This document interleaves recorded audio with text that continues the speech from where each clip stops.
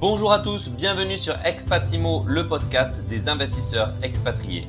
Je suis Sébastien, votre hôte. Passionné par l'immobilier et les investissements, j'ai hâte de vous amener dans un voyage passionnant à travers le sujet du jour.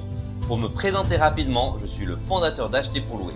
Acheter pour louer est une plateforme innovante qui accompagne les Français expatriés dans leurs investissements immobiliers en France. Si vous avez un projet en tête, que ce soit pour acheter, louer ou investir, n'hésitez pas à me contacter. Alors, sans plus tarder, bienvenue dans ce nouvel épisode de notre podcast. Aujourd'hui, nous sommes à Bali, l'île bénite des dieux, en présence d'Alain. Merci Alain. Merci à toi, c'est avec grand plaisir qu'on te welcome à Bali. Et donc, aujourd'hui, nous allons parler de l'investissement à Bali. Et tout d'abord, est-ce que tu pourrais te présenter, Alain ? Oui, alors donc Alain, français mais expatrié pour part de ma vie, une trentaine d'années environ, sur des pays un peu divers, Hong Kong, Arabie Saoudite, Dubaï. Et aussi beaucoup voyagé tourisme sur l'Asie, au Cambodge, au Vietnam. Et le coup de cœur s'est établi sur Bali, qui nous amène aujourd'hui, puisque ça fait un an qu'on a posé nos valises temporairement à la suite d'un petit projet, d'un investissement qui s'est plutôt bien déroulé. Génial. Donc, tout d'abord, que tu pourrais nous parler, que tu as déjà investi dans l'immobilier avant ce projet ? Alors oui, ma première expérience est en Angleterre, donc j'ai habité à Londres pendant 17 ans, pour être très précis. J'ai 2 enfants qui habitent toujours là-bas et ma première expérience dans l'investissement est donc dans l'immobilier, pour une raison qui m'est très proche. Mon papa à l'époque me disait: Alain, il y a une chose qui est très importante quand tu vas t'établir et ainsi de suite, c'est être propriétaire. Et donc...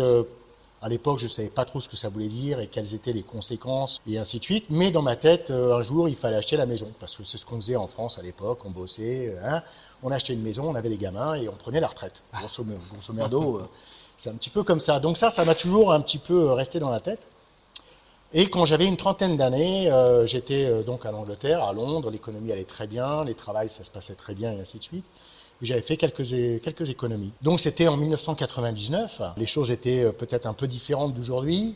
Et donc là-bas, on achetait des maisons avec simplement une fiche de paye, ou du moins 3 fiches de paye, un certificat d'emploi et un petit dépôt de 10%. Donc c'était aussi simple que ça. Et donc ça commence avec ce premier achat assez loin de la capitale parce que on n'avait pas forcément les moyens d'acheter quelque chose de grandiose. Tu veux dire genre 30 minutes, 1 heure ? Ouais, à l'époque, je voyageais en scooter. Enfin, quand je dis je voyageais, j'allais au boulot en scooter. Et ça me prenait 40 minutes, on va dire. Pour ceux qui connaissent Londres, c'était en zone 6. Ça parlera à nos confrères qui habitent en Angleterre peut-être. Donc, j'achète cet appartement à Walthamstow. Ça parlera aux gens E17, c'est à l'est. Et à l'époque, c'était pas le quartier où les gens voulaient aller. On est bien d'accord. C'était pas ce que c'est peut-être devenu aujourd'hui. Mais c'était pas cher. Donc voilà, Alain, il achète avec ses 10% de dépôt. Et donc à l'époque, j'avais 29 ans, je n'étais pas marié, j'avais pas d'enfant. Et je fais une colocation, puisque j'avais acheté un 2 chambres, avec un ami à moi, qui me paye un petit loyer. Et avec ce loyer, ça me remboursait, on va dire, l'emprunt. Donc tout se passe bien. Et de fil en aiguille, 2 ans plus tard, E17 font un redéveloppement au niveau des transports. Et ils font une rénovation du Tube, dont le Tube c'est le métro, et aussi une grosse gare de bus de nuit qui allait desservir East London. Et là, les prix explosent. 1 an plus tard, donc l'appartement que j'avais acheté à 77 000 livres sterling, on va dire euros, à peu près la même chose à l'époque, la valuation est 120 000. Donc je vais à la banque, je dis au monsieur le banquier, écoute, il y a 50 000 d'equity. Est-ce qu'on peut les prendre ? À l'époque, j'avais un salaire un peu plus important, les critères étaient bons, je prends les 50 000. Et sur les 50 000, j'achète dans le même quartier, pas très loin, 2 rues après, une maison 3 chambres. Maison 3 chambres, là je rencontre ma première femme, mon premier enfant arrive, machin truc. Et rebelote, la 2e année ou 18 mois plus tard, les prix s'enflamment. Et je reprends, c'était 30 ou 40 000, je ne me souviens plus, mais au résultat des comptes, on rachète une maison 3 chambres. Donc à l'époque, on a la maison familiale et on avait converti les 2 achats précédents, donc le 3 chambres et l'appartement, en ce qu'on appelle buy to let. La seule différence, c'est que tu payes un taux d'intérêt qui est un peu plus élevé, qui à l'époque était similaire d'aujourd'hui à 5,5%, qui était très élevé à l'époque. Mais encore une fois, l'avantage, c'était pas mon argent. Moi, j'ai démarré avec 7 000 euros et je me retrouvais avec 2 maisons, 3 chambres et un appartement. Tout va bien. Et donc, on utilise le système à notre avantage. Et ce qui se passe, c'est que 1 an plus tard ou 2 ans plus tard, je revends le premier appartement que j'avais acheté parce qu'il avait atteint le maximum, ce que j'avais estimé était le maximum value. et je le vends au prix fort.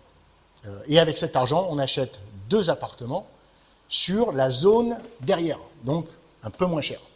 Donc on a 2 maisons, on a 2 appartements, tout va bien.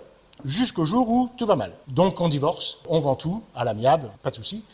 Et je décide, enfin du moins, il me reste un appartement. Le reste, on l'a vendu, on l'a donné aux enfants, bon bref, on va pas rentrer dans les détails. Et donc à l'époque, moi je me dis pas de souci, j'étais jeune, j'étais ambitieux, j'avais un boulot, je sais travailler, je me dis il n'y a pas de souci, on va se refaire financièrement, il n'y a aucun problème. Je pars à Hong Kong. On prend un boulot, on paye moins de taxes, on met de l'argent de côté et ça continue comme ça. Hong Kong, Dubaï, Arabie Saoudite. Et en fait, sur les 10 dernières années, on met de l'argent de côté et on garde ce patrimoine qui nous reste, cette maison. Et le déclic se passe en plein Covid. Et là, c'est très important parce que quand on était en plein Covid, tout le monde était perdu. Les humains, la planète, les systèmes, les structures, les questions, ce qu'il faut faire. On a tout bousculé, on ne savait plus où on en était. C'était aussi simple que ça. Et moi, comme j'avais été expat toute ma vie, je me dis, si ça part en cacahuète, qu'est-ce qu'on fait? Je vais en France, j'ai rien. Je vais en Angleterre avec Brexit, est-ce que je peux rentrer? On ne sait pas. Et là, je me dis, il faut quand même qu'on réfléchisse. Et là, le déclic est que, comme on a vécu des crises économiques et financières auparavant, en 2009 et en 2015, tout le monde sait que quand on a une crise économique, la même chose se passe. L'immobilier s'effondre. Les investissements s'effondrent. Le prix de l'or, le prix de l'argent, enfin tout s'effondre. Et en fait, c'est là où il faut regarder à 2 fois, parce que c'est là où on se dit, attends, mes investissements aujourd'hui, ils valent plus rien, ou j'ai perdu 20%, 30%, mais il ne faut pas s'alarmer. Et c'est là où on dit cash is king. Quand on a la chance d'avoir un petit peu de saving, c'est maintenant, c'est à ce moment-là qu'il faut investir. La crypto, on pourra peut-être en parler, aujourd'hui elle s'est effondrée, c'est peut-être maintenant que, c'est un autre sujet, on en reparlera. Bref, ce que je veux dire, c'est qu'à l'époque, on est en plein Covid, on est un petit peu perdu, on ne sait pas ce qui va se passer. Je viens de reprendre un nouveau boulot, je ne sais pas si je vais le garder, peut-être qu'on dira Alain, t'es gentil, mais bon, on se reparle dans 6 mois. Et si ça se passe, qu'est-ce qu'on fait? On n'a pas de maison, on a un petit peu d'argent de côté, et c'est là où je me suis dit, il faut l'investir maintenant. Bali, ça a toujours été une arrière-pensée, parce que sur mes 15 ans en Asie, on a beaucoup voyagé au Vietnam, au Cambodge, Thaïlande. Bali, pour moi, ça a été le déclic, ça a été le coup de cœur. Aussi parce que ma femme est balinaise, donc ça aide forcément. C'est sûr. Et voilà. Et donc à cette époque, je me dis l'argent que j'ai, il faut que j'investisse, et il faut que j'investisse maintenant. Et donc là se met en place ce que j'appelle le networking. Le networking, c'est qui est-ce que je connais, qui va pouvoir me dire comment ça se passe. Parce que moi, j'y connais rien. Oui, j'ai eu de la chance dans l'immobilier à Londres, mais c'était complètement différent. Un système différent, des governance différents, un état d'esprit différent. Et je pense qu'il est très important quand on investit $10, $100 ou $1 million, il faut savoir là où on va le mettre et quels sont les risques. Pour moi, c'était important de comprendre ce cercle un petit peu. Et donc, j'appelle quelques amis et je me dis, je veux faire un truc à Bali, je veux acheter un terrain, construire une villa, acheter une villa, je ne suis pas sûr. Et je rentre en contact avec une agence immobilière très reconnue et donc on commence à parler. Donc, c'est toujours Covid, on se parle en Zoom et en WhatsApp. Mais aujourd'hui, le Zoom et le WhatsApp, c'est ce qu'on fait tous les jours. Et ça démarre comme ça. Et l'agence, et je vais pas donner le nom pour des raisons que vous allez comprendre plus tard, donc j'ai toujours beaucoup de respect pour eux, mais ça démarre très très bien. Ça démarre très bien. Je leur dis, écoute, moi, mon budget, c'est tant, je vais acheter un terrain, je vais faire construire, combien ça coûte, et ils me donnent toutes les informations. Mais très bien, très correct. Bon, dans ma tête, c'est très clair. Je dis, ok, écoute, on signe et on achète un terrain. Donc, on est encore Covid, je le répète parce que, tu vois, c'est important. Et donc, l'agence m'envoie des links. Et alors, juste, peut-être avant de continuer ça, donc c'était un terrain, donc toi, tu t'imagines une construction. Tu n'as pas voulu acheter une maison déjà existante? Alors ça, c'est une très bonne question. Et la réponse est en fait que oui, j'ai étudié la possibilité d'acheter une maison déjà construite, et la racheter comme ce que j'avais fait en Angleterre. Et donc, à l'époque, j'étais à Dubaï. Qu'est-ce qu'on fait quand on est à Dubaï et qu'on peut pas voyager? On appelle Google. Salut Google. Et on fait les recherches. Et là, on trouve tous les listings. Villa 2 chambres, 3 chambres, 200 000 euros, 300 000 euros.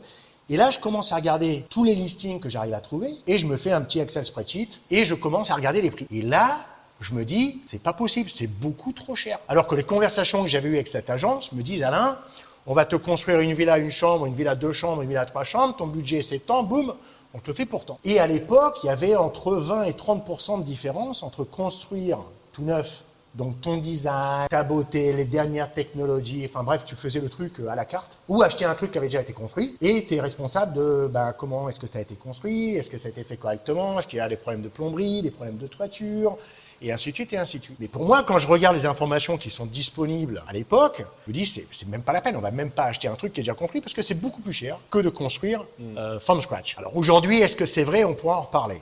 Mais à l'époque, on est en Covid. Et ce qui se passe en Covid, c'est que tout le monde a faim. Tout le monde a faim. Et donc, tout le monde va essayer de trouver du business. On peut pas voyager, on peut pas aller. Les contracteurs, il n'y a plus de boulot. Les agences de design, il n'y a plus les clients. Donc, forcément, les prix à l'époque étaient, on va dire, au ras des pâquerettes. Donc, la décision est prise de construire. Ok. Ça répond à ta question. Ouais. Donc, nous voilà lancés, on a trouvé le terrain, on achète le terrain, l'agence nous suit sur tout l'aspect légal, notaire, taxes, machin. On n'a rien à faire. On fait juste un transfert et tout est fait pour nous. C'est magnifique. Le terrain est acquis, on a les papiers. Donc, est-ce que tu peux donner des précisions sur le terrain? Combien il fait d'hectares? Donc le terrain, là où on est aujourd'hui, puisque nous sommes dans l'une des deux villas, le terrain fait en mètres carrés 570 mètres carrés. Ok. Donc c'est relativement petit pour Bali. Et sur ce terrain, nous avons construit 2 villas. Et donc, avec l'aide de cette agence que je parlais où on avait acheté le terrain, qui me disent, écoute Alain, tu sais quoi? Quels sont tes objectifs? Et ça aussi, c'est un point important pour les gens qui seraient intéressés à investir, à savoir qu'est-ce qu'ils veulent faire de cet investissement. Donc, auquel cas, investir pour y habiter, et donc pas faire de la location, mais une maison secondaire pour passer les vacances, une maison de retraite quand on va arrêter de travailler, ou est-ce que c'est un peu les deux? On va louer maintenant, on va attendre de prendre la retraite, et ainsi de suite, et ainsi de suite. Et pourquoi c'est important? Parce qu'il y a des paramètres qui sont différents. Entre c'est ma villa et c'est une villa de location. Et si on a le temps, on parlera. Et donc, pour en revenir à nos moutons, donc on a 570 mètres carrés, l'agence me dit, écoute Alain, on peut faire 3 villas. Ah oui. Moi, j'étais parti sur 2 parce que mon objectif à moi, c'était une villa pour notre retraite, quelques années, et une villa en location. Alors attention, à l'époque, on ne connaissait pas du tout comment les choses marchent à Bali. Ça a changé aujourd'hui. Et l'agence me dit, non, mais tiens, là, nous, on a l'habitude, ça fait 5 ans qu'on construit à Bali, on fait le management, on fait tout clé en main. Ton terrain, on peut faire 3 villas. Moi, j'y connais pas grand-chose. Je dis, écoute, on va laisser parler les professionnels. Les mecs, vous savez ce que vous faites. Eh bien, on est parti, on fait 3 villas. Avec un sous-entendu qui, depuis le début, je leur avais dit, mon budget, 7 ans.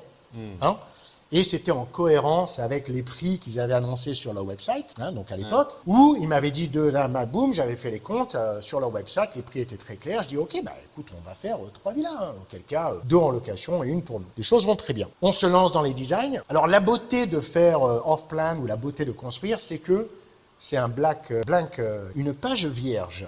Exactement. En fait, tu crées, tu t'amuses, tu fais ce que tu veux. Tu sais, aujourd'hui, avec les social media, tout le monde va sur Pinterest. Moi, le premier, tu fais villa, machin, tu as des trucs formidables. Tu as du noir, tu as du bleu, tu as du gris, tu as du rouge. Enfin, je veux dire, les goûts, les couleurs, tout le monde est différent, mais tu peux vraiment créer ce que tu veux. Et ça, c'est une remarque que je me suis faite et je vais la glisser au passage. Moi, j'étais parti avec cet investissement avec un esprit européen, un esprit très français quelque part, où je me dis, c'est pas possible, j'ai pas les moyens de faire ça. Ça va être beaucoup trop cher. Regarde la pierre derrière toi, tu dis ça coûte, mais ça doit coûter une blinde. Parce que chez nous, ça coûte énormément. Ouais. Tu vois, autour de toi, le sofa, c'est tout du bespoke made, il n'y a rien qui vient du magasin, tout est fait sur mesure, ainsi de suite, ainsi de suite, ainsi de suite. Et moi, à l'époque, je me dis, c'est pas possible, j'ai pas les moyens de faire ça. J'ai un budget, oui, mais j'ai pas au-dessus, donc il va falloir faire avec nos moyens. Donc au début, je me dis, on fait tout en blanc, on mettra 2 peintures au mur et ça va faire joli. Non, il faut pas penser comme ça. Et c'est pour ça qu'à Bali, même aujourd'hui, c'est pas cher. C'est pas cher. Si on va comparer avec la même chose, la même boîte, la même structure et ainsi de suite par rapport à ce que tu vas payer, je sais pas, aux États-Unis, en Angleterre, en France ou ailleurs, ici c'est infime. On est d'accord. Donc ce que je veux dire, c'est que pour un investisseur, il ne faut pas se limiter à ce qu'on connaît. Il faut laisser parler les gens qui connaissent et se faire plaisir. On va dire, on veut tout. On veut le marbre, on veut le granit, on veut tout.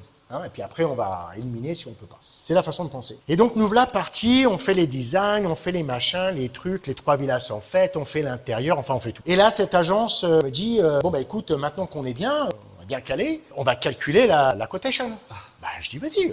Puis moi, je suis très confiant, tu vois. Je leur ai dit mon budget, tout va bien. Je me dis, putain, j'ai 3 villas magnifiques. J'étais parti sur 2, j'en ai 3. Puis on est excité, tu vois. C'est génial, quoi. Et là, le coup de matraque, il arrive.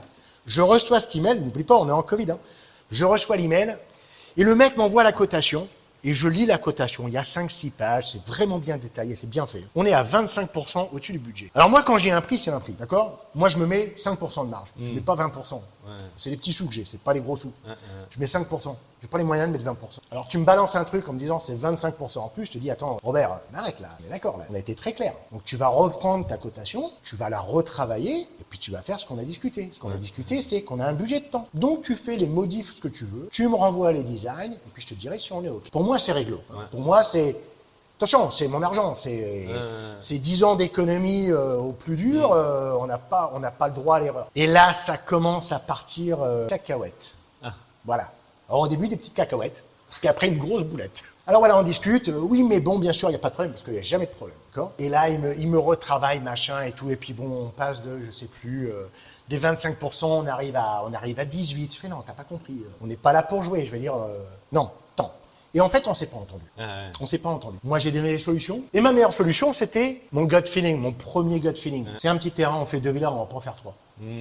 Donc je leur dis, écoute, pour moi, c'est très simple. T'élimines une villa, tu fais un jardin plus grand, tu fais la piscine 2 fois plus grande, puis à la limite, on met un cabanon, tu sais, une cabane de jardin à la balinéaise avec de la paille autour, machin, super.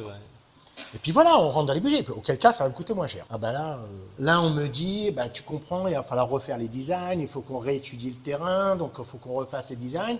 Donc ça va recoûter un ticket de temps pour les designs. Moi, je dis non, t'as pas compris là. Moi, le design, je vais payer sur les conseils qu'on va faire 3 villas. Aujourd'hui, on a un problème parce que tu me surcharges par rapport à ce que j'ai les moyens de faire et je te donne des solutions et tu veux me faire payer. Je dis non, on arrête. C'est pas fini, je continue. Mais je vais avancer plus vite. Et là, je me dis, bon, attends, ça fait quand même 4 mois qu'on travaille dessus, machin truc. Je trouve un moyen de venir à Bali et j'arrive en disant, voilà, j'arrive la semaine prochaine, on va voir le terrain, on va rencontrer l'architecte, je veux voir le designer, je veux voir les projets que vous avez fait avant et on va trouver une solution. C'est pas compliqué. On va trouver une solution. J'arrive et là, c'est la boulette qui arrive. J'arrive. Le designer, il n'est pas là, le contracteur, on ne sait pas où il est, les villas qu'ils ont construites, on ne peut pas les visiter. Et là, je lui dis, ça sent le soufre. Ça sent le soufre. Je dis, je ne sais pas. Et pourtant, je te parle d'une agence qui, sur YouTube, ont 500 000 followers. Ouais. Elle existe, la compagnie. Ce n'est pas des cow-boys, hein. Je veux dire, ça existe. Et dans 3 pays maintenant. Donc, c'est quand même un truc assez réputé. Mais bon, voilà, j'arrive, je peux rencontrer personne, c'est une semaine de préparation, on ne peut pas voyager, je me démerde pour avoir des visas et tout. Excuse-moi, j'arrive. Ouais. Présente-moi quelque chose qu'on peut discuter. Et en fait, on ne peut rien discuter. Et là, je dis, on arrête tout. Si on ne peut pas s'entendre, c'est même pas la peine. Et là, je dis à ma femme, appelle tes copains, appelle tes copines. Faut qu'on se retrouve une agence. Bah ouais, parce que on était là pendant 10 jours. Et moi, mon objectif, c'est, quand je repars, j'ai signé le truc, je paye mon dépôt, on commence à construire. C'était vraiment l'objectif. Et cet objectif, il faut l'atteindre. Alors, de fil en aiguille, on rencontre une personne, une deuxième, une troisième. Et c'est là où on rencontre Adam, Gamma Building, et je le dis parce que j'en dirai que du bien. Et on rencontre cette personne qui, de suite, vient sur le terrain avec son architecte, avec son designer, et qui, de suite, me dit, écoute, tu sais quoi, on va faire des skylights, tu vois, au-dessus de toi, là. On va faire des chambres en mezzanine, on va maximiser le terrain, on va garder la vue sur le rice field, on va faire. Et là, ce mec que je ne connais pas, il me plaît. Et de là, on remonte sur les scooters et il me dit, viens, je vais te montrer mes projets. Alors on part. Et là, il me montre 3 villas. Et il m'explique comment ça marche. Alors moi, je connais un petit peu la construction parce que j'ai construit 20 restaurants dans 4 ou 5 pays. Mais la villa résidentielle, c'est un petit peu différent. Mais il y a des similarités. Et bref, il me met en confiance de suite en me montrant la structure, comment il fait les fondations, comment il fait du antisismique, comment il fait le béton, et ainsi de suite, et ainsi de suite. Et j'ai l'opportunité de voir 4 villas avec un style différent, avec une finition différente et avec un prix différent. Et là, je me dis, avec quelqu'un comme ça, on peut parler, on peut négocier, on peut arriver à quelque chose que si le budget est drift, on va pouvoir le corriger et on va y arriver. Et c'est à la suite de ça que, avant de repartir donc à Dubaï, en espace de 4 jours, ce contracteur nous avait déployé la schématique des 2 villas, donc les boundaries, l'aménagement intérieur un peu grossier et tout, mais enfin bref, en 4 jours, le mec il m'a montré une villa en 3D. Ouais. Donc là j'ai dit, le mec il est à fond, il est au taquet, faut battre le fer tant qu'il est chaud. Et on a négocié, 30 minutes, on s'est serré la main, on a signé un bout de papier. The rest is history. Ouais, ça devait être quand même un soulagement, parce que c'est vrai que d'arriver là à Bali et de venir exprès, et à ce moment-là de se dire qu'est-ce qu'on va faire. Après bon, comme tu as tout mis en place, mais ça aurait pu ne pas fonctionner. Parce que 10 jours c'est short, le temps d'arriver, de voir que ça va pas, qu'il faut chercher, recruter et pour signer. Donc ça a été quand même un sacré challenge. Alors ça, c'est une bonne question, parce que je pense qu'aujourd'hui, avec les connaissances qu'on a, les erreurs qu'on a fait, on le ferait différemment. Et en fait, ce risque facteur que tu viens d'expliquer, c'est-à-dire, on ne sait pas où on est, on ne sait pas avec qui on travaillait, est-ce que ça va bien se passer et tout, cette insouciance, comme je l'appelle, nous, on l'a ignorée. On l'a ignorée parce qu'en fait, on la connaissait pas. Moi, je ne suis pas une personne que, quand j'ai fait mes recherches sur les villas à acheter, j'aurais dû faire peut-être des recherches scam in real estate in Bali. Parce que tu fais ça aujourd'hui, tu prends. Le problème, c'est que si tu prends peur, tu fais rien. Si tu prends pas de risque, tu fais rien. Donc, qu'est-ce qu'il faut faire ? Il faut prendre des risques, mais il faut prendre des risques calculés. Et pour ce qu'on parle aujourd'hui, tu vois, le risque calculé se fait en travaillant avec les gens en qui on a confiance, ou les amis ont confiance, où on a des référents qu'on peut rencontrer, qu'on peut voir les projets, etc., etc., etc. C'est pour ça, par exemple, là, on est en train de construire 2 autres villas. On le fait avec les mêmes personnes, le même designer, le même contracteur, les mêmes personnes. Pourquoi ? Parce qu'on a établi un rapport, une confiance, où on sait ce qu'on va avoir. On sait ce qu'on paye, on sait ce qu'on va avoir. Donc ça, pour moi, c'est très important. Et je pense que pour quelqu'un qui serait intéressé à investir, il faut prendre des conseils. Il faut écouter ton podcast, il faut te contacter, peut-être me contacter, mais en fait, il faut contacter le maximum de personnes pour bien comprendre la situation ou les situations. Mais quand tu regardes, en fait, il n'y a pas de risque. Je vais me répéter, je vais me rephrase. Il y a autant de risques à Bali que ce qu'il y a en France, que ce qu'il y a en Espagne, que ce qu'il y a partout. Tu mets un ticket de 200 000 € pour construire une villa. Dans tous les cas, n'importe où tu sois, tu veux travailler en confiance, avec des gens réputés, avec des gens qui soient, qui ont une compagnie, qui sont enregistrés, qui paient leurs taxes, et ainsi de suite, et ainsi de suite, et ainsi de suite. Donc pour moi, les risques sont les mêmes. Tout à fait. Et là, tu parles donc de licence, de contrat, pour les gens qui ne connaissent pas Bali et la construction. Est-ce que c'est quelque chose que toi, tu avais regardé ou que maintenant tu vas regarder ? Alors pas du tout, et là, je vais te raconter une anecdote. Mais avant de raconter cette anecdote, ou les anecdotes, il y a quelque chose qu'il faut vraiment dire loudly. T'inquiète pas. Do not worry. Il va t'arriver des petites pépites, des petits coups de bambou, Ouais, c'est normal dans tous les pays, quoi que tu fasses. Mais à Bali, il y a une chose qui se passe. C'est que ici, tout ce qui se passe mal, tu le rectifies immédiatement. Mais quand je dis immédiatement, immédiatement. Même les problèmes les plus profonds et problématiques au niveau légal, au niveau licence, au niveau permis que tu as ou que tu n'as pas et tout. Mais c'est pas comme en France où on va t'attaquer en justice, on va te pénaliser, ça va prendre des mois, faut passer au... Non. Il n'y a pas ça ici. Ici, tu vas voir le Banjar. Le Banjar, c'est le maire de là où tu achètes le terrain. Tu dis, monsieur le Banjar, aidez-moi, là, il manque un permis, j'ai oublié, je ne savais pas, machin truc. Tu lui mets un petit ticket, et voilà, c'est bon, le lendemain, tu as ton papier. Et nous, on l'a fait, ça. Tout ça, on l'a fait parce qu'on connaissait pas. Alors, je te donne cette anecdote. Mais encore une fois, faut pas s'inquiéter. Faut y aller. Faut y aller. Faut investir maintenant. Mais vraiment, quoi qu'il arrive, et il arrivera, ça se répare. Il n'y a aucun souci. Et donc, on achète ce terrain par l'agence que je te parle, qui est quand même très réputée, qui est légale, qui a construit des villas à tire-larigot. Bon, on construit avec quelqu'un d'autre, comme je l'ai expliqué, et les villas sont machin, bidule, impeccables. On prend une agence de management qui met sur Airbnb, tout le truc. Et nous voilà partis, on commence à prendre le loyer tous les mois. Tout le monde est content. Et là, l'agence me contacte. Alain, envoie-nous le PGB et le permis de construire. Je dis, ouais, pas de souci, ouais. C'est quoi un PGB ? Ah, et le Land Certificate. Bon, enfin bref, il me demande 4 papiers, j'en ai 2. Et là, on s'aperçoit qu'en fait, le terrain, donc on est sur une rizière, un rice field, voilà, d'accord. Et il y a quand même des réglementations, en Indonésie comme ailleurs, qui disent que certains terrains sont constructibles et d'autres ne le sont pas. Et nous, la grosse boulette, on a un terrain vert, donc... on a un rice field, on n'a pas le droit de construire. D'accord ? Et la maison est dessus. Les 2 maisons sont dessus, et puis il y a des locataires qui sont là. On a un couple de Chinois, et dans l'autre, on a des Nouvelles-Zélandais qui sont dans la piscine, et mecs, ils s'amusent bien, quoi. Mais là, on s'aperçoit qu'en fait, légalement parlant, on n'avait pas le droit. Alors là, tu paniques. Là, nous, c'était tout le début. Les 300 000 € ou je sais pas quoi, qu'est-ce qui se passe ? Qu'est-ce qu'il faut que je fasse ? Je ferme la boutique, je vais en cours de justice, faut que je démolisse tout. Grosse panique. Non, pas du tout. Pas du tout. Là, j'appelle mon contracteur, je lui dis, Adam, tu sais comment ça se passe là, parce qu'il me demande ce terrain. Mais oui, il me dit, faut que tu parles au notaire qui t'a vendu le terrain, parce que c'est eux qui doivent transformer la green zone en yellow zone. Et yellow zone, c'est constructible. Le pink zone, c'est constructible résidentiel hôtel. Puis tu en as un autre, je ne sais plus comment il s'appelle. Moi, je suis au courant. Là. Donc, je ne peux pas parler à l'agence qui m'a planté parce qu'on ne se parle plus. Eh oui. Eh oui. Et là, je vais parler au solliciteur. Seulement, c'est le solliciteur de l'agence. Donc, il ne me parle pas. Donc, Alain, aujourd'hui, il a 2 belles villas en location, tout va bien. Mais il a un terrain pour récolter du riz et pas pour récolter le loyer. Mais là, pas de problème. Donc, merci à mon contracteur qui connaît tout le monde à Bali. Il va voir le Banjar. Le Banjar, c'est le maire du district où on est. Il y va très gracieusement en disant, monsieur Banjar, comment ça va ? Souvenez le permis, vous m'avez donné, machin truc. Oui.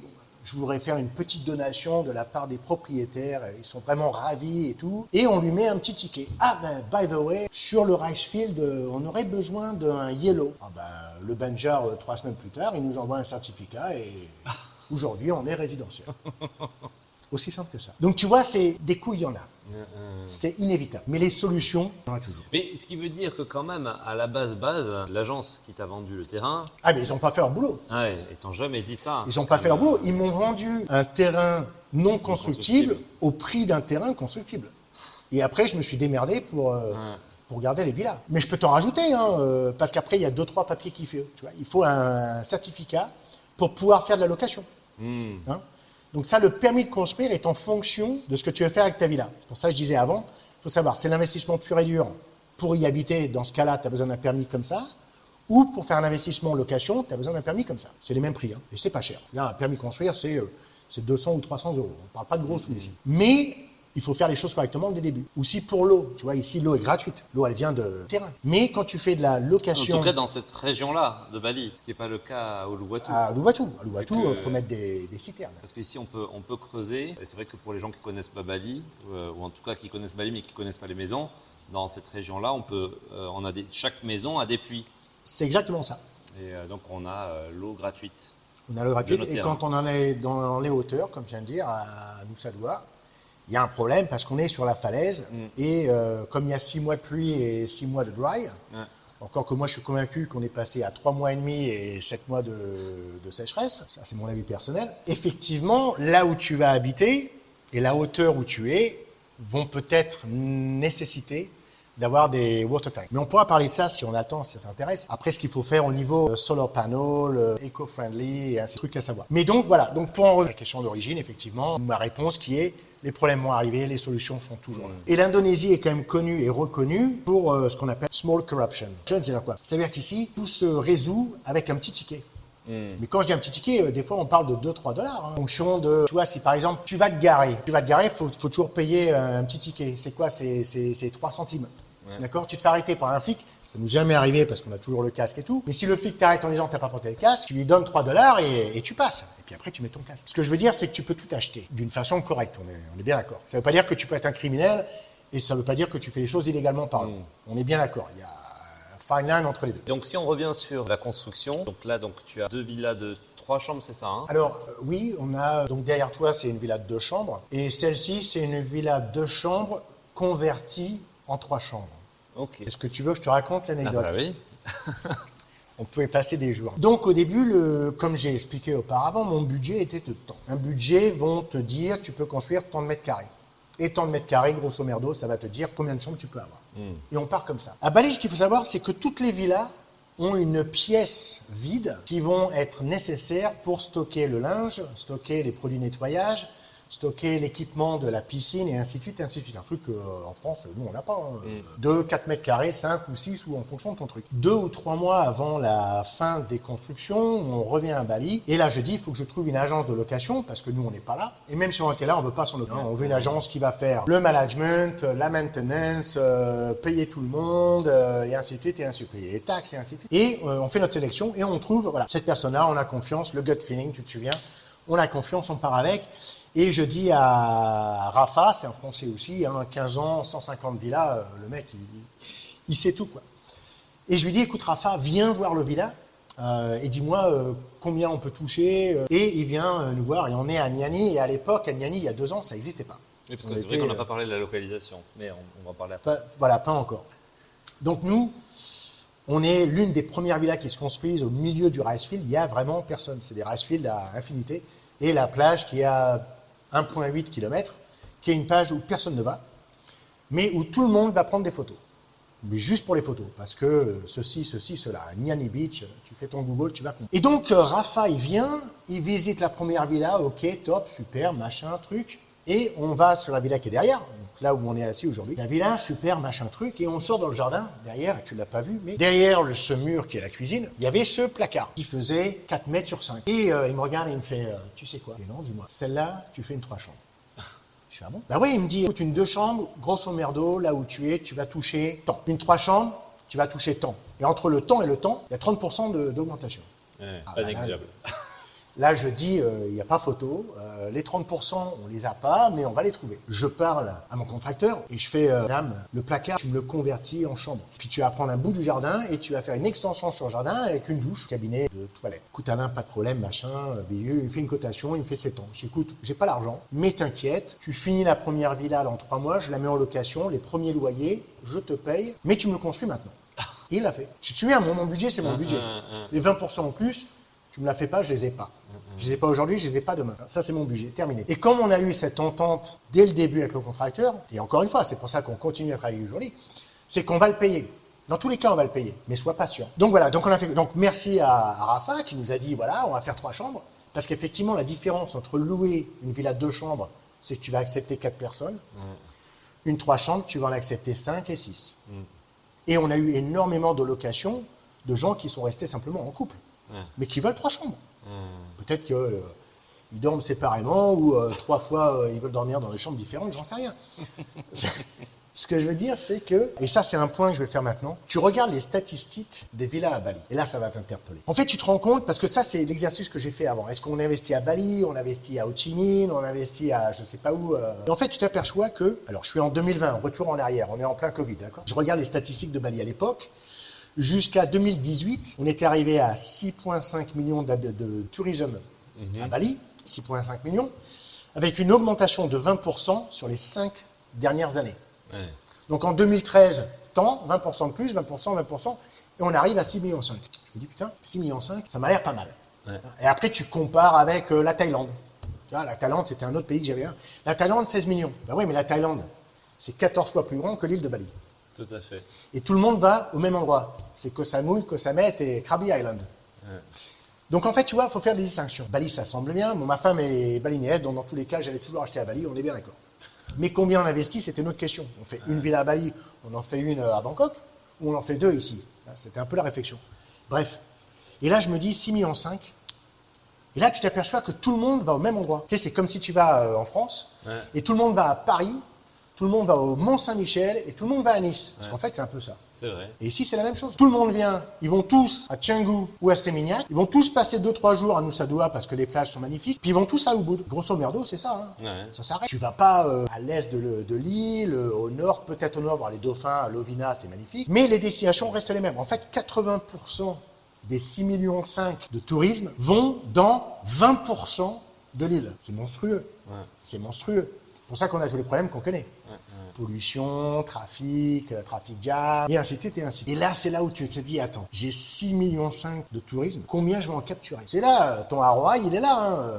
T'as 6,5 millions, mais personne vient te voir parce que t'es au bout de la gare, t'as tout perdu. Et je me dis, ok, le terrain, donc ça j'avais fait, voilà, le terrain, il est où le terrain? Il est à 2 km Tanalot. Google Tanalot. Combien de touristes vont à Tanalot tous les ans? 3,5 millions. C'est 50% du tourisme de Bali. Je me dis, on est au milieu des Rashfield, il n'y a pas de route, il n'y a pas d'électricité, mais c'est pas grave. Et donc, comme je te dis, 6,5 millions, regarde sur Airbnb. Airbnb, combien tu as de villas à Bali? Tu as fait l'exercice, c'est très simple, tu vas, Bali, tu choisis ta période, cette semaine, et il va te dire, vous avez 12 000 choix. Alors 12 000, c'est pas forcément ce que tu as de disponible, parce qu'il y a certaines villas qui sont louées à l'année, ça on pourra peut-être en parler quand on parlera de la rentabilité de ton investissement.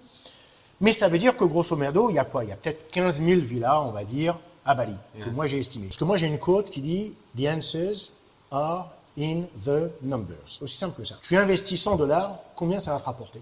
D'accord? Et donc la solution, elle est là. Tu as 6,5 millions de visiteurs par an, avant Covid, 15 000 villas. Tu fais la moyenne. 50% des 15 000, tu m'arrêtes si je vais trop loin, 50% des 15 000 villas sont des une chambre. Donc déjà, t'es investisseur, va pas construire une villa une chambre. Il y en a beaucoup trop.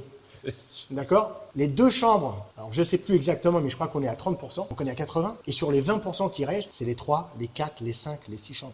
Ça veut dire qu'il n'y en a pas assez. Du 2 chambres, c'est limite, mais il n'y en a pas assez. Du 3 chambres, c'est très clair, il n'y en a pas assez. Et du 4 et du 5 et du 6, alors là, c'est la pénurie. Donc, l'offre et la demande. Tu pars en vacances, 3 couples, et c'est très fréquent, ou 2 couples, 2 enfants, chacun, 1, 2, 3, il faut 4 chambres. Autrement, c'est la pagaille. Et des 4 chambres, il n'y en a pas assez. Donc, les prix s'enflamment, et aujourd'hui, tu as des villas qui, en fonction des locations, machin truc, et ainsi de suite, vont te rapporter 500 $ la nuit, $1 500 la nuit. Et donc, les 6,5 millions divisés par 12, ça fait quoi? Ça fait grosso merdo 500 000 visiteurs par mois, avec 15 000 villas. Donc, approximativement 35 000 lits. La moyenne, ça va être 2,5 chambres par villa. Donc, ça veut dire que on est aujourd'hui, pour prendre cet exemple, et je te le montrerai sur l'application que tu peux vérifier que je ne te mens pas, sur l'année 2023, sur les 2 villas, on était à 78% d'occupancy. Ça veut dire qu'on louait la villa systématiquement tous les mois, entre 24, 25 et 26 nuitées par mois. On a 3 jours où on est libre. Aujourd'hui, on est dans la villa aujourd'hui parce que elle est libre. Demain, elle est louée. Okay. Ce mois-ci, je crois qu'il y en a 3 jours où on n'est pas loué. Wow. Et un truc qui est intéressant et qui est vraiment à savoir, c'est aussi la saisonnalité du tourisme sur tes 12 mois. Et là, t'écoutes pas Google. Parce que moi, j'ai fait ces recherches à l'époque. Je me dis, il y a 6 mois de pluie, il y a 6 mois de soleil. Donc forcément, les 6 mois de soleil, on prend de l'argent. 6 mois de nuit, 6 mois de pluie, on va prendre moins. Enfin, c'est pas ça du tout. Tous les mois, tu as une régularité vraiment très consistante. À la différence de juillet-août, où tu exploses, alors pas les nuitées, parce que tu es toujours plein, mais tu exploses le prix. Parce que juillet-août, tout le monde part en vacances. Donc voilà, au lieu de faire tant en moyenne, juillet-août, tu vas faire quasiment le double en revenus pour le même nombre de nuitées. Et si on parle un petit peu chiffres, juste pour qu'on puisse avoir une idée, à peu près à combien t'es revenu l'achat du terrain et les 2 villas, combien toi ça t'a coûté en tout? Et l'aménagement? Alors, je vais pas te dire combien ça m'a coûté. Pour une raison très simple, c'est qu'on a investi au bon moment, c'est-à-dire en plein Covid, quand il n'y avait pas de travail et quand tout le monde te faisait un boulot pour moitié prix. Ok. Donc ce qu'on a payé, ça n'a pas de valeur. Ce qui est important, c'est ce que ça coûte aujourd'hui. Parce que pour les gens qui puissent se projeter, donc aujourd'hui, tiens, j'ai envie d'investir, une 2 villas ou une 3 villas, combien, où tu es localisé, donc tu es à 20 minutes de Canggu, et proche donc de Tanalote, combien aujourd'hui, entre le terrain et la villa, ça pourrait revenir? Alors, je dirais qu'aujourd'hui, par rapport à quand on a acheté, donc il y a 4 ans, le prix a triplé. Le prix du terrain. Ça ne veut pas dire qu'on ne peut pas trouver des terrains moins chers, mais on ne va peut-être pas les trouver aussi proches que là où on est aujourd'hui. Et ça veut dire aussi que ça ne veut pas dire que forcément ton ROI va être moindre. Parce que ce qui est très important, location, on est d'accord, mais c'est la vue. Si tu es un peu plus loin, mais que tu as une vue Ricefield comme on l'a aujourd'hui, c'est exceptionnel. Tu es plus près de la plage, mais tu as un mur devant toi, c'est pas forcément top. Ce que je veux dire, c'est qu'aujourd'hui, le terrain, là où on doit être à 24 000 US dollars pour 100 mètres carrés sur 30 ans. Parce que voilà, aujourd'hui, si on ne le sait pas, c'est qu'aujourd'hui, en tant que foreigner, on ne peut pas acheter à vie. On achète pour 25, 30 et ainsi de suite. D'accord ? Donc, typiquement, c'est 30 ans. Donc, on va dire une maison de 3 chambres, comme on l'a ici. C'est pas super grand, c'est bien optimisé. On va avoir besoin de 300 mètres carrés minimum. Moi, je te dirais ça. 400 mètres carrés, c'est mieux, tu as un plus grand jardin. Mais 300 mètres carrés, c'est le minimum pour un 3 chambres. Ici, on va dire, tu vas payer 24, donc x 3, 72 000. Voilà, 72 000 US dollars, tu peux trouver dans ce quartier un beau terrain à 300 mètres carrés et tu vas faire un 3 chambres. Combien ça coûte de faire un 3 chambres? Alors, le prix est calculé par toutes les compagnies. Le prix va être calculé par mètre carré. Forcément, 100 mètres carrés, ça va coûter 2 fois moins cher que 200 mètres. On est bien d'accord. Il y a plus de briques, il y a plus de machin. C'est là où il y a une compétition assez tenace, on va dire. Il y a des gens qui construisent des villas, il y en a partout. C'est des recommandations, c'est comment tu as confiance, c'est ton gut feeling, et ainsi de suite, et ainsi de suite. Mais bon, on va dire grosso merdo, pour un prix de départ, 3 chambres, comme tu le vois aujourd'hui. D'accord? Une maison comme ça, à l'heure actuelle, ça va te coûter 220 000 euros. 220 000 dollars. 220 000 dollars, c'est 250 000 euros. Mais l'inverse. L'inverse. C'est l'inverse. Tu m'as suivi, ça me fait plaisir. Donc voilà, je te dirais, grosso merdo, tout inclus, mobilier, télévision, la totale, clé en main, 220 000 US dollars. Tu peux payer beaucoup plus. Tu as des gens qui vont te charger entre 11 et 13 millions du mètre carré, 13 millions de roupias. On est d'accord ? Parce que tout se fait en roupiah ici. Et puis, tu en as qui vont te charger beaucoup plus. Et tout le monde va avoir des arguments valides. Moi, j'ai discuté avec quand même pas mal de personnes après qu'on ait construit et beaucoup moins avant. Parce qu'on a fait tellement d'erreurs. En fait, on s'est dit, mince, on aurait dû faire ça, puis on aurait dû faire ça. Puis...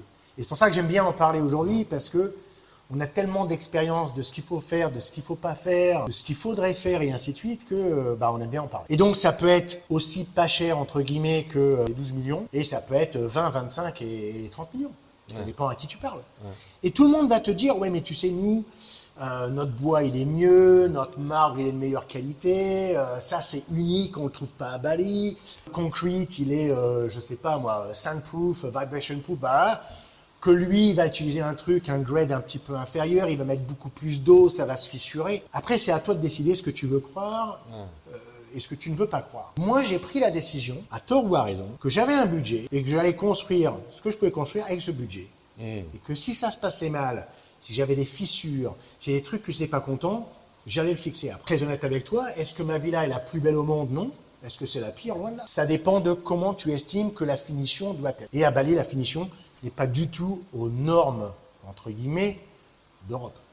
Oui, tout à fait. On est bien d'accord. Puis attention, on ne parle pas du même prix. Si on parle de chiffres, tout ce qui est rentabilité, à peu près en moyenne, combien tu loues tes villas par nuit, la 2 chambres et la 3 chambres? Alors là, moi, j'ai une règle, the rule of the thumb, comme on dit en anglais. Alors, il faut comprendre qu'il y a quand même pas mal de variantes. La nuitée pour une 2 chambres sur la plage, une 2 chambres à Ubud, une 2 chambres à Lovina, une 2 chambres à Perpète-les-Joies, n'a pas le même prix. Tout à fait. Comme dans tous les pays. D'accord? Mais s'il y a une règle à suivre pour ignorer ces paramètres qui sont quand même différentiels, je dirais qu'au plus bas, une chambre c'est $100, 2 chambres c'est $200, 3 chambres c'est $300. Tu vois là où on est aujourd'hui, tu vas sur Airbnb, je crois qu'elle est à $400 la nuit. D'accord? On l'a louée à 180.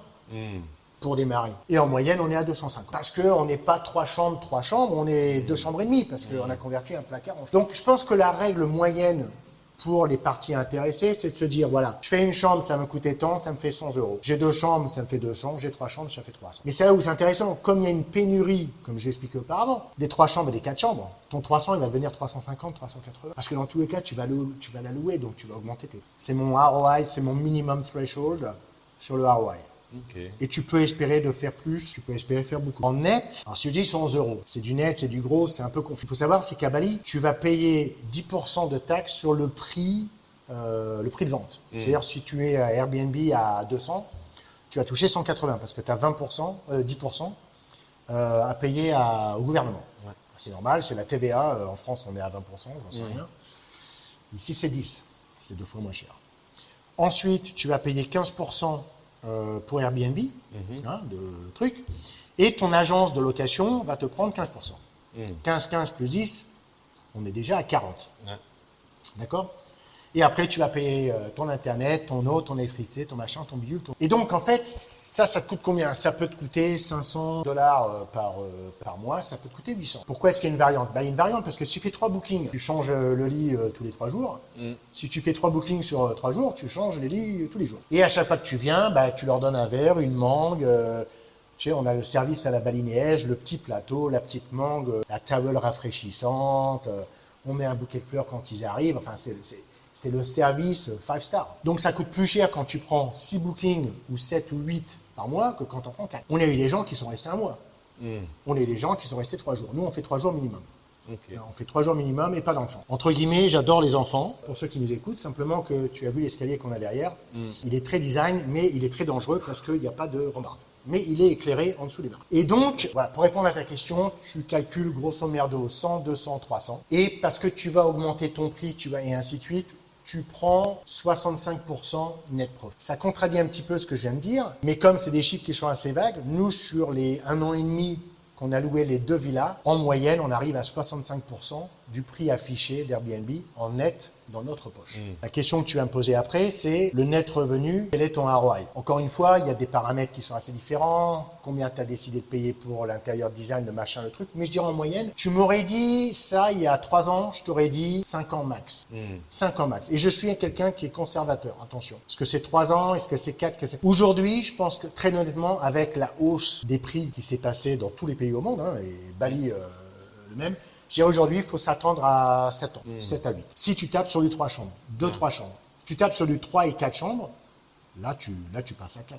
Enfin, tu passes à 5. Ça te parle, ouais? Parce que, encore une fois, ce qui s'est passé avant Covid et aujourd'hui, les prix ont flambé. Mais attention, quand je dis flambé, ça reste toujours un ticket beaucoup plus inférieur que de construire la même chose à Miami ou à Toronto, à Hong Kong. Tu connais très bien Hong Kong, moi aussi, et ainsi de suite. On est d'accord. Donc, Même si pour des investisseurs peut-être comme toi et moi, on s'aperçoit qu'aujourd'hui on va payer beaucoup plus cher par rapport à ce qu'on a eu la chance de payer avant Covid et pré-Covid, ça reste pour un investisseur novice ou pour un premier investissement à Bali, ça reste pas cher. Tout à fait. Et il y a aussi que investir, comme tu as pu le dire pendant le Covid, c'était aussi risqué vu qu'on ne savait pas où on allait. Donc tu as pris le risque. Ça aurait pu, on ne sait pas, ça aurait pu être encore plus catastrophique et durer plus longtemps. Et donc ce qui fait qu'aussi, tu as pris un risque et donc forcément, pas forcément, en tout cas là ça a été payant. Oui, et je pense que c'est un bon point qui nous bascule sur la solution. Donc aujourd'hui, le problème qu'on expose, ou peut-être la complexité que tu viens d'exposer, c'est que bah oui, on a mis le paquet en plein Covid et on ne savait pas si le pays allait rester enfermé comme il a été. Parce qu'attention, l'Indonésie est restée fermée pendant 3 ans. À l'époque, j'étais à Dubaï. Dubaï est resté fermé pendant 3 mois. Il y a une grosse différence. La France, je ne me souviens plus, mais pendant plusieurs mois. On est bien d'accord. Et puis après, il s'est passé tout ce qui s'est passé. Les gens n'ont pas repris leur travail, n'ont pas été réemployés, il y a ainsi de suite et ainsi de suite. Et on aurait pu se poser la question à Bali en disant est-ce que ça vaut le coup d'investir parce que c'est fermé, on ne sait pas quand est-ce que ça va rouvrir, et surtout qu'est-ce qui va se passer quand ça va rouvrir. Est-ce que le tourisme va revenir? Est-ce qu'ils vont aller ailleurs? Parce que les gens avaient pris tellement d'habitudes différentes que notre style de vie après Covid a quand même beaucoup changé. Je pense que l'état d'esprit des gens dans le monde entier a beaucoup changé. Je regarde par exemple dans l'immobilier, on parle toujours de l'immobilier. Avant Covid, tout le monde avait un bureau. Les compagnies internationales, on a des beaux bureaux, on est au 4e étage, on est au 14e étage, on a le corner office, on a une vue magnifique. C'était important. Après Covid, tu sais quoi? On dégage nos bureaux, on fait du coworking space et on travaille en Zoom. Tout à fait. Donc, il y a beaucoup de choses qui ont changé comme ça. Dans l'industrie F&B, moi je suis dans le hospitality, on a vu une explosion des applications du style Uber Eats, Grab, Gojek. Il y en a combien des applications maintenant? Il y en a partout. Parce que maintenant, les gens sont habitués à commander leur bouffe et les faire venir à la maison. On est d'accord. Et donc, pour revenir à ta question, c'est que, ouais, on a construit, même en plein Covid, parce que même si on ne savait pas, est-ce que le pays va rouvrir cette année, l'année prochaine, dans 2 ans, dans 3 ans? Le tourisme, il va revenir. Est-ce que les prix, quand ça rouvre et que le tourisme revient, est-ce que les prix vont être les mêmes? Oui. Ça va être moins cher, ça va être plus cher. Est-ce qu'il va y avoir une demande? Enfin bref, mais c'est ce que je te disais auparavant. Si tu commences à regarder tous les risques facteurs, bah, tu sais quoi, garde ton argent, regarde Netflix et puis te pose pas de questions. Mais je pense que sincèrement, c'est pas la bonne solution. Prends les risques et quand le jour il t'arrive une cacahuète, tu vas trouver les solutions. Si c'est pas toi, un copain, un ami d'un copain, quelqu'un va trouver une solution. Dans tous les cas, si tu as un état d'esprit qui dit je vais m'en sortir, tu vas t'en sortir. Je vais te donner mes solutions. Mes solutions sont que aujourd'hui, s'il nous arrive Covid-2, le pays est fermé, 3 ans, on peut rien faire, il n'y a plus de tourisme. Qu'est-ce qui se passe? Qu'est-ce qu'on fait? Alors pour moi, c'est très simple. Et d'une, les villas sont construites, les villas sont payées. Donc déjà, il n'y a pas de mortgage, il n'y a rien. Donc quelque part, tu as investi de l'argent, tu as toujours un capital foncier, immobilier, qui est là, qui ne va pas partir. C'est de la sécurité. De deux, le marché primaire, ce que j'appelle à Bali, pour le real estate, c'est Airbnb. C'est 95% de tes bookings. Hotel.com et tout ça, c'est pour les hôtels. Nous, on est villa. Donc c'est la location à la semaine, à la journée ou à la semaine. On est d'accord. Ça, c'est ton premier marché. Aujourd'hui, il y a eu, à la suite de Covid, une explosion de ce qu'on appelle les nomades. Les nomades, c'est les gens qui habitent dans un pays d'une nationalité différente du pays où ils habitent. Et là où ils habitent, ils font du online. Ce sont des youtubeurs, ce sont des graphic designers, ce sont des ingénieurs, ce sont des gens qui peuvent travailler avec la technologie d'aujourd'hui, qui n'ont pas besoin d'être dans une proximité un tel et un tel. Et il y a eu une explosion de nomades à Bali, comme dans d'autres pays. Ces gens-là sont des gens qui recherchent des locations sur 3 mois, 6 mois, ou 1 an. Des gens qui mettent un bon ticket pour avoir un endroit où ils peuvent se stationner pendant expérience. Ton deuxième marché, est-ce que ça rapporte plus ou moins que l'autre? Un peu moins, mais c'est négligible. L'une des villas, on a fait une location pendant 6 mois. Pour un mec comme ça, qui vient des États-Unis, qui est resté 1 mois, qui a rajouté 1 mois, et après qui nous a dit, c'est quoi? Est-ce qu'on peut faire un truc de 6 mois? Bah écoute, ouais, super, on va faire un truc de 6 mois. Donc c'est ton deuxième marché. Ce que je veux dire, c'est que s'il n'y a plus de tourisme, il y a encore le local nomade qui seront là, qui vont rester là. Et ensuite, un troisième marché et un quatrième. Les solutions, on en a toujours quand tu les cherches.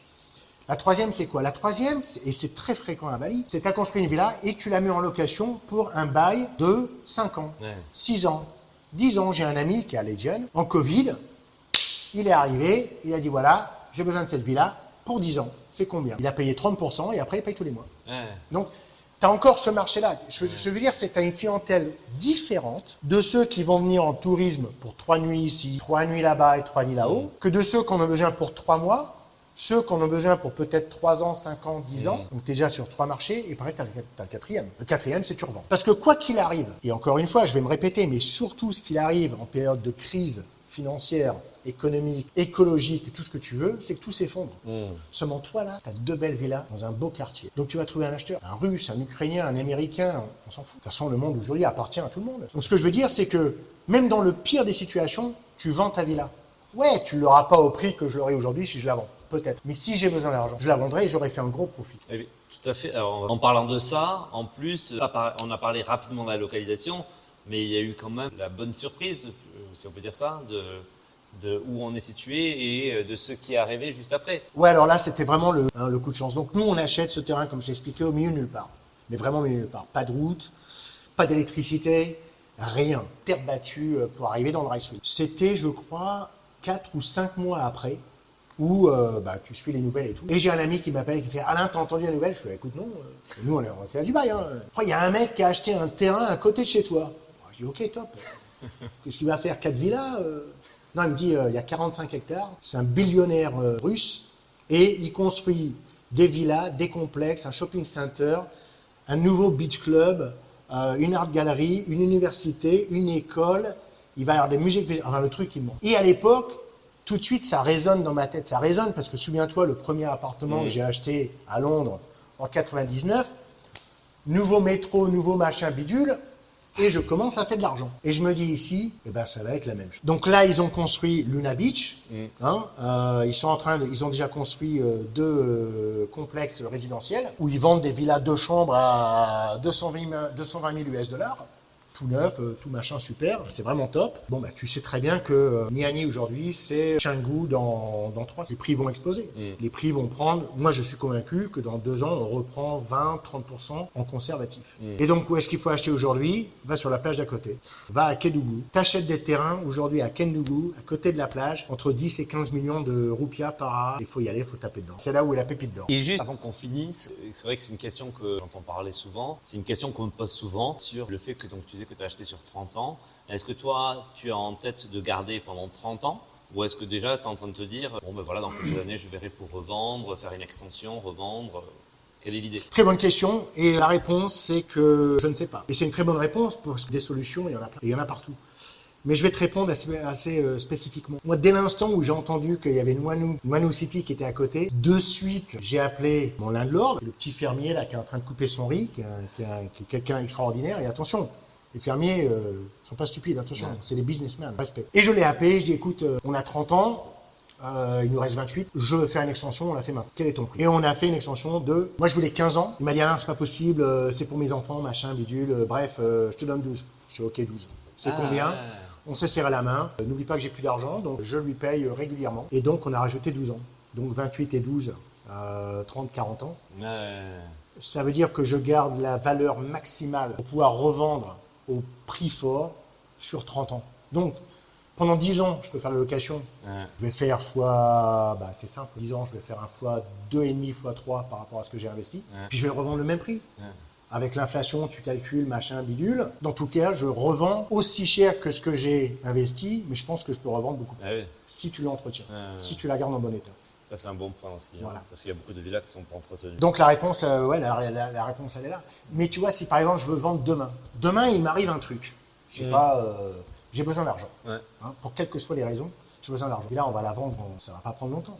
On va la vendre à un bon prix, 40 ans de lease. Donc ton argent n'est pas bloqué. Qu'il y ait du tourisme, qu'il n'y en ait pas. Qu'il y ait des nomades, qu'il n'y en a pas. Il ne faut pas regarder ça forcément avec l'œil, combien je fais d'argent aujourd'hui. Si, c'est intéressant. Mais il faut voir le potentiel sur des années. Tout à fait. C'est très intéressant. Merci beaucoup. Avec grand plaisir. Et donc, si vous avez des questions, n'hésitez pas. Les gens pourront te contacter s'ils ont des questions. Avec grand plaisir. On a aidé plusieurs personnes et on est ravis de le faire pour partager notre expérience. Mais surtout pour pouvoir aider les gens à ne pas faire les erreurs qu'on a faites et bénéficier des conseils qu'on peut donner aujourd'hui. Donc c'est avec grand plaisir de me contacter, de me rechercher sur LinkedIn, etc. Et je te donnerai les détails si tu veux les publier. Génial. Voilà. Et merci beaucoup. C'est moi. Expatimo, le podcast est terminé pour aujourd'hui. Merci pour votre support et n'hésitez pas à partager cet épisode avec votre famille, vos amis et pour nous soutenir, merci de nous mettre un commentaire et une note 5 étoiles, cela nous aide beaucoup. Expatimo est créé par Acheter pour louer. Si vous avez un projet en tête, que ce soit pour acheter, louer ou investir, n'hésitez pas à nous contacter, nous serons ravis de vous accompagner.